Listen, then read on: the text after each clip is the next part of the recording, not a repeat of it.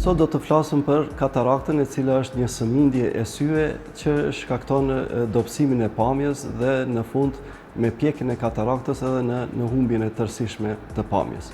E mira është që katarakta është një sëmundje reverzibile që me largimin e kataraktës pastaj pamja rikthehet.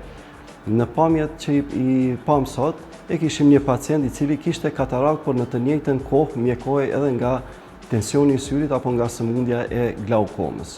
Ai ka një glaukomë e cila quhet si glaukomë me këmbë të mbyllur, ku katarakta luan një rol shumë të madh në ngritjen e tensionit. Prandaj në këto raste duhet patjetër që katarakta të largohet sa më herët në mënyrë që hapësirat e brendshme të syrit të lirohen dhe në këtë mënyrë edhe tensioni i syrit do të jetë më stabil.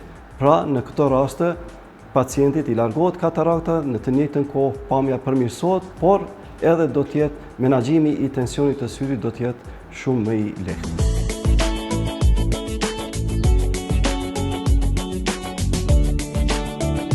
Katarakta zakonisht i prek moshat më të shtyra, megjithëse në vitet e fundit vërejmë që edhe në moshat e mesme po ashtu është mjaft e shprehur dhe mund të them që është rritur edhe incidenca e shfaqjes së tyre edhe te moshat e mesme. E mirat e sëmundja e kataraktës është se pas largimit të kataraktës pamja kthehet dhe kualiteti i pamjes do të jetë jashtëzakonisht i mirë, sidomos nëse pacienti nuk ka ndonjë sëmundje tjetër shoqëruese të syrit. Rehabilitimi pas intervenimit të kataraktës është mjaft i shpejtë. Pacienti në ditët e para postoperative duhet të jetë i kujdesshëm në mënyrë që mos të vijë ndonjë infeksion dhe pas kalimit të ditëve të para, atëherë edhe rreziku për infeksione bie dhe në këtë mënyrë pacienti shumë shpejt mund të rikthehet punëve të përditshme.